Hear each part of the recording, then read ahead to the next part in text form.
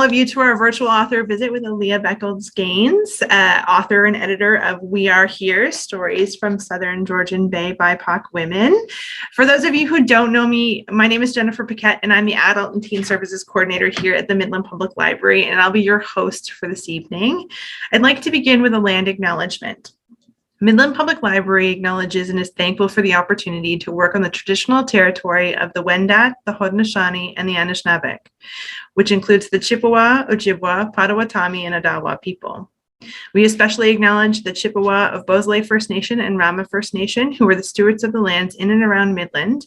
We also recognize the Métis nationhood, currently represented in our community by the Georgian Bay Métis Council. We recognize and deeply respect their ongoing and historic connection to these lands. These connections need to be clearly and overtly articulated as part of our collective agreement to make the promise and the commitment to truth and reconciliation real in our community. So I'm going to start by introducing our special guest. We Are Here, Stories from Southern Georgian Bay BIPOC Women came from the absolute truth that growing up in a small town is not easy, but growing up as a BIPOC, that is Black, Indigenous, person of color woman, in a small town is even harder. Together, the contributors Cassidy Press, Tatyana Drover, and Aliyah Beckles-Gaines share their experiences from within the Midland and Penetanguishene community that were racist, microaggressive, or demeaning, and ultimately how their lives changed for the better in the end.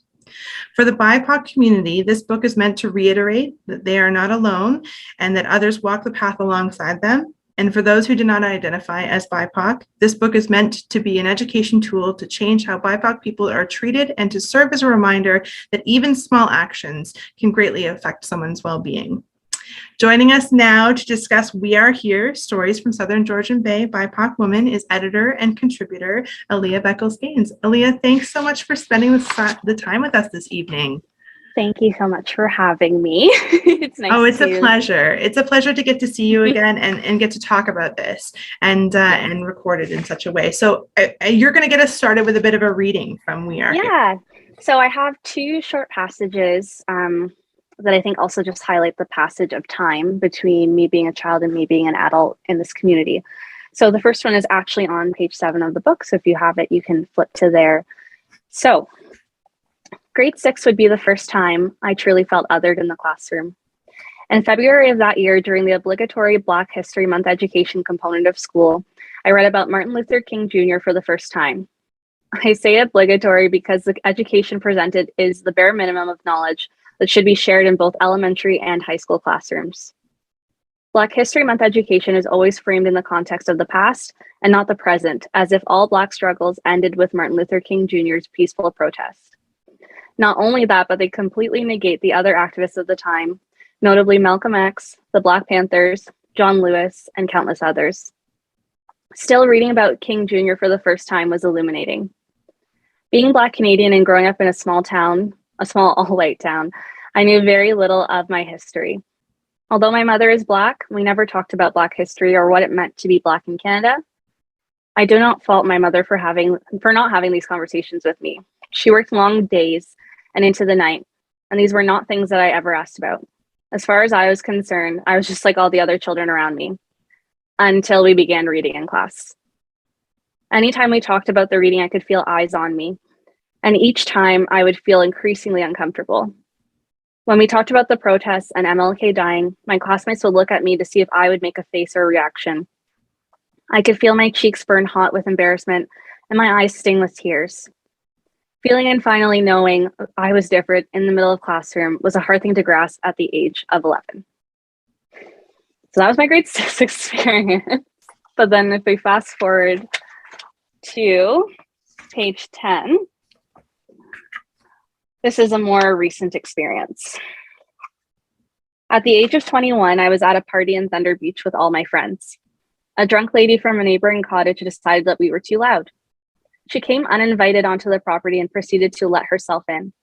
At first, I did not engage because she was barely making any sense. However, she became aggressive with my male friends and shoved them. So I came down to get her out because they were trying to be kind to her. I will be the first to admit that I was not kind to her. I threatened to call the police, and she called me the N-word. Nothing I said could have warranted that racial slur, but this woman felt compelled to try to tear me down while she was already embarrassing herself. In this situation, it was hard to be angry because I had become so desensitized to hearing that word and having people call me variations of it. It just rolled off my back. This is a problem. No one should become used to being degraded. Ever. Yeah. Thank you for sharing that. It feels so, the weight of the words that you've just said and the fact that they're reflective of real experiences you've had makes it a little bit harder to continue just like we're having a regular conversation. Yes. But I can only imagine what the experience was like to relive those experiences by writing them in this book. And that goes true for all of you contributors here. I think they were very powerful words. We Are Here might not be super long, but it packs quite a punch, I think, for those, especially for those who've made their homes in the Southern Georgia Bay Area for so long. So I want to thank you again, not only for writing the book, but also for sharing with us tonight. And so let's talk a little bit about the book itself. And so where did the idea for We Are Here come from? Yeah, so it actually stemmed from, it would have been the summer of 2020 when we had our Black and Indigenous Lives Matter march in Midland. Mm-hmm. The town of Midland had blocked off that short block from Little Lake kind of around so we could walk in a circle for our march. We started out on the stage at Little Lake with speeches. I was one of the people who spoke. And while we were walking, it was a very powerful experience. There were actually people that were on their deck as well, cheering us on, which was great. But when I went home and looked at the comments after the town of Midland had posted about the blockage, there were lots of comments of people saying, we don't need this here. Why is this happening? Midland's not racist. Also calling it a COVID super spreader event, even though masks were mandatory for people, even though we were outside. And I just felt like, well, that sounded insane to me. First of all, being a child who grew up here, we moved here in 99. I've lived here my whole life. To tell me and other folks that our experiences are fake and invalid just felt really wrong. And I was exhausted. So actually, after seeing that, I sat down and I wrote a list. And I was able to come up with an entire page just of bullet points, not even fleshed out things. And I know there's things missing from it. But in a short night, I was able to come up with an entire bullet point page of all of this, all of the things that had happened to me here. And none of these things had happened anywhere else. It happened here in my home. And after all of that, I figured I can't be the only one that wants to share more because our speeches were quite short. So my speech kind of was a little bit of what's in the book, but obviously I was able to write more. And I felt like if I could reach out to other people in my community to talk about this, that we could put together something called We Are Here so people stop acting like we aren't. It almost is like the Horton Hears a Who thing where they are like, we are here, we are here, we are here. That's basically what it felt like having to shout, which is again wild to me to even think that I have to shout out that I'm here, I'm a community member, I've been a community member for a long time. I shouldn't have to prove that. And to say that none of this happens here is just, it's turning a blind eye to a very real issue. Mm-hmm. So you've written your bullet points and you know you've got more to say and you're going to do it in book form. So how did you select the contributors and the other authors that are involved in the project? Yeah, so I initially started out by reaching out to everyone who had given a speech that day, because I think there was 6 or 7 of us. And then from there, I was suggested other people and reached out to them as well. I think in total, I reached out to about 12 people, but no one really had the time, unfortunately, because it is emotionally laborious. It's an emotional labor to document and write these things and share them, and not everyone has to. But I figured I'd give people a chance, but that's how it ended up just being myself, Cassidy, and Tatyana.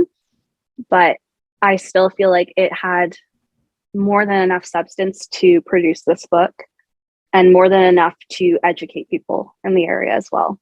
Mm-hmm. I second that. There were a lot of eye-opening points in the book for myself and many of my colleagues who've grown up in the area, for sure. Like I say, it might be a thin book, but it packs a lot larger punch, for sure. Talk to me a little bit about the process. How long did it take, and what was it like? And had you ever done anything like this before? Yeah, so it took a while. So because we started officially in September of 2020, and then I published it in February of this year. Mm-hmm. So it took a long time between all of us being in school still, between COVID, I was studying for my registration exam. So that took a bit, but I kind of facilitated Cassidy, Tatyana, and myself to submit on kind of more or less a schedule so I could make initial edits. And then ultimately I ended up sending it to Brianne Kale, who's actually from this area, but is an amazing editor. She is fantastic. So she did the final edits for us, which was wonderful because I needed an outside eye that was not myself for all the stories. But we did, it took a long time. The nice thing is that I launched a GoFundMe campaign for it in the first place because my thought process was that we should not have to pay to share our stories. Mm-hmm. It should be funded. And if the GoFundMe campaign hadn't worked, I would have written a grant for it. But we were successful in the GoFundMe campaign. The goal was 1,200. I think we got to 1,500, mm-hmm. which was amazing. And in 2 days. So it was extremely successful. It's funded everything. And there's actually still leftover money so that the book can be reprinted and money can be donated, which is fantastic. But without that, I don't know that we would have even gotten here because it also paid for the cover art as well, which was a big deal to have it as professional as possible so that people actually listened. Mm-hmm. Unfortunately, it needed to be as polished as possible so that I could get people to actually engage with it. Interesting. I'm a total book nerd, obviously. So like that whole process just sounds super interesting to me. I love publishing, but that's great. And it's such a fantastic final product. I mean, from everything from the cover art, like you mentioned, to the back matter, I think that is great. Editors and everything. Kudos. So after every story that's included by a contributor, and it's sort of like the book is set into 3 different parts, there's always what you include here as a message of hope. So mm-hmm. tell me why it was important to include those messages of hope after each section with the personal experiences. Yeah, well, with one of the goals for the book was to have it available in at least the 2 high schools and hopefully in libraries like the Midland Library for Black and Indigenous and those of color students, like young people, to read it and have their own experiences validated. And having that message of hope is really not for readers who are not part of the BIPOC community. It's really for those who are, to really know that they're not alone at all. They're not alone in this. And while it gets better, you're still allowed to have these emotions and you're still allowed to experience all these things. You don't have to pretend like it's not happening. And there are people who are still here who understand you. And I thought that was extremely important. Mm-hmm.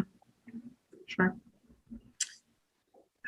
So here's an interesting question for you. We were talking a little bit about this before we allowed the audience in and we hit record, but a couple of times throughout the book, contributors touch on the point that it's not the responsibility of the BIPOC community to educate the non-BIPOC community. And I wanted to talk about this a little bit more, again, because I feel like for so many, that's their instinct, is to be like, tell me how I can be better. Tell me what I can do. And I want to talk about that idea a little. Yeah. So, I mean, I guess what it boils down to is that remembering that not every BIPOC person that you meet is an expert, but also it does not always owe you emotional labor. There are tons of Black and Indigenous people who speak out, who have large activist platforms that are very helpful in educating, but it doesn't boil down to the person who's sitting next to you all the time or your friend that you happen to know that's a person of the community. So it's more of that. Like, this book to me was my way of putting it all out there and you being able to take it and do something else with it and not holding your hand every step of the way. And it does boil down to educators who work with children, who work with BIPOC children in predominantly white communities, learning themselves about the differences and how you can actually aid them. And there's lots of courses, there's lots of books, there's so many things out there, there's curated lists, there's everything. And I find that I have enough emotional labor to give you a curated list that someone else has made, but I don't have enough emotional labor to go through it with you. And I don't think I should have to, because I live it every day. I live it every day. I have to battle with my own emotional labor every day. I think it's important that, and it's exciting that people want to learn. It is very exciting that people want to learn and they're really gung-ho and they want to ask you everything. But truthfully, when strangers ask, it's very hard. It's very hard. It's a lot easier to talk with my friends and my family because they also know me.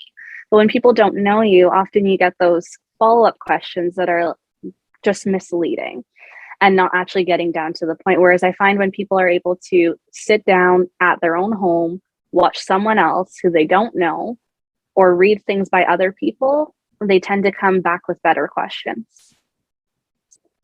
That's a great point. You touched on something else that I thought was really not interesting, but relevant in the book. And that is that you clearly explain that these are our experiences and they are, few of many and not reflective of an entire BIPOC population. The other great thing that I loved that you included in the book was the glossary. Yeah. I thought that was fantastic.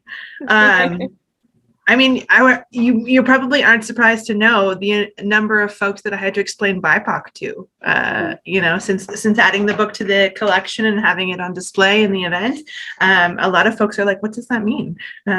So just as a side note, folks, obviously I'm a library person, so it's natural for me to do a library plug, but the library is a great place for you to be able to continue your education. And as a wrap up and part of the show notes for this event, we'll be including a bit of a curated list of some of the resources that are available through the Midland Public Library to help in furthering that journey and furthering your education in those respects. So stay tuned or look out for those as well. And we're always here to be able to help find more if you exhaust that list and you're looking for others.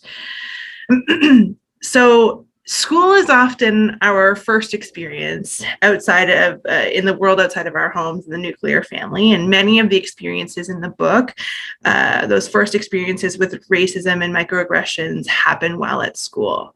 So I wanted to ask the question, and forgive the way it's worded, but what would you say to those educators, and you've touched on them a little bit already, and policymakers as well? Town council is a big one. They literally govern our lives here in small towns, about supporting our BIPOC community members. Yeah, I think when you are an educator or policymaker, you have a responsibility to educate yourself further. Learning doesn't stop. People get told that all the time. Kids get told that all the time, but somehow a lot of educators and policymakers don't also believe that as well.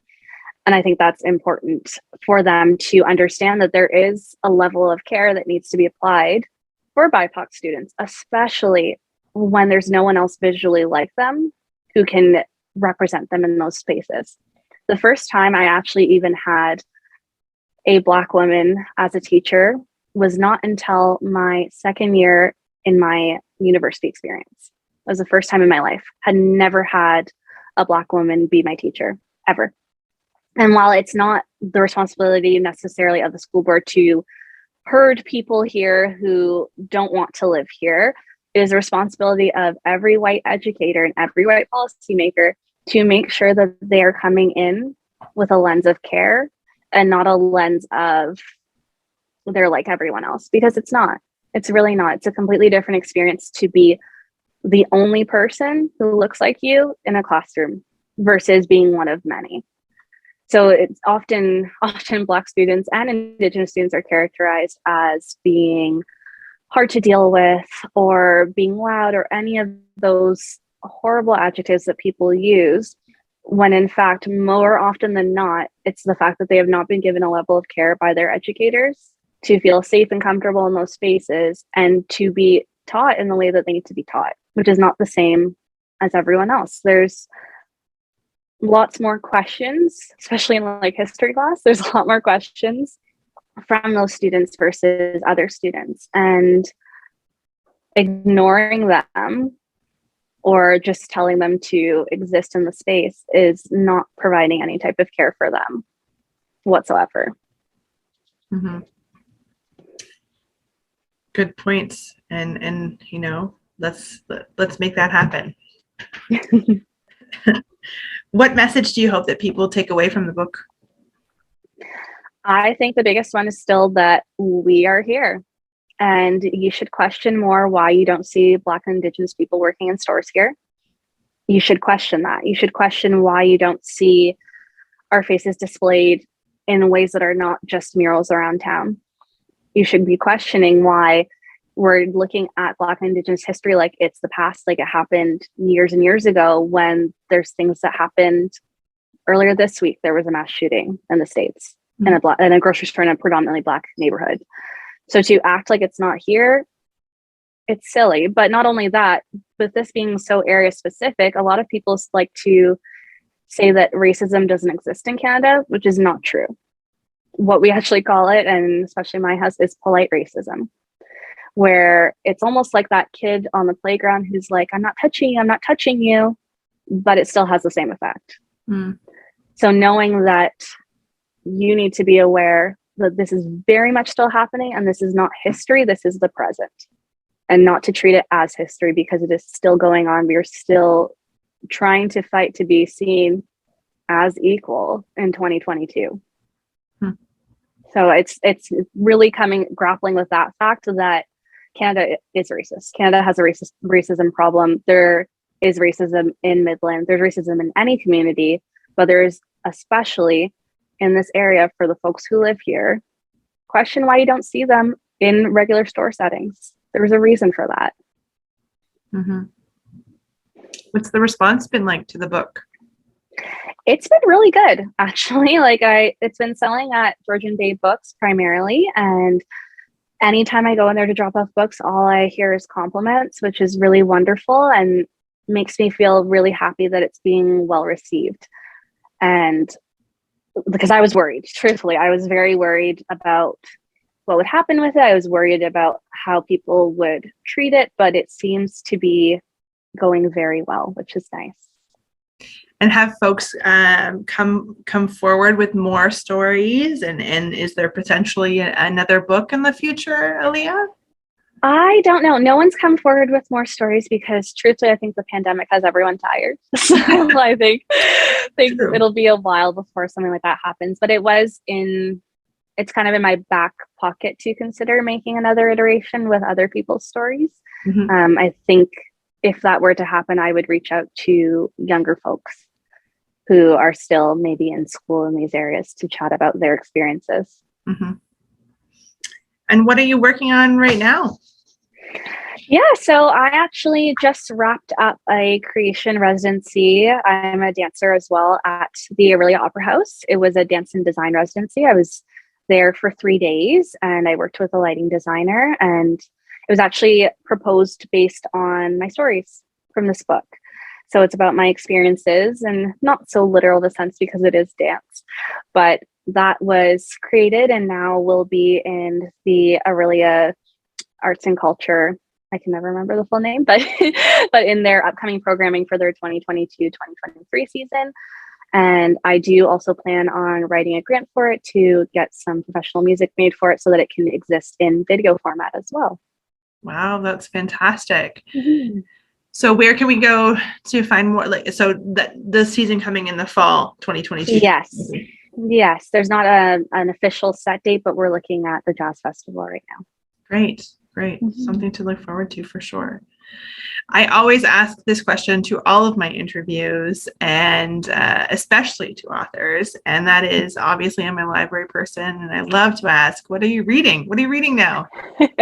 So hilariously, well, I guess not really, but I'm reading the first Hunger Games book right now. I've never read it. Yeah, I've never read it. I decided finally in my adult years it's time to read it. So I'm about halfway through the first book and I really like it. Good, good. Hey, I'm, adult and teen services, so YA is my jam. Yes. And I've recently, I missed all the hype for Hunger Games before when it first came out, so I recently revisited it as well. So I think you're in good company there for sure. and it's good to keep the page tuners, especially for someone like yourself who's so busy, I'm sure, reading and working a full-time job as well.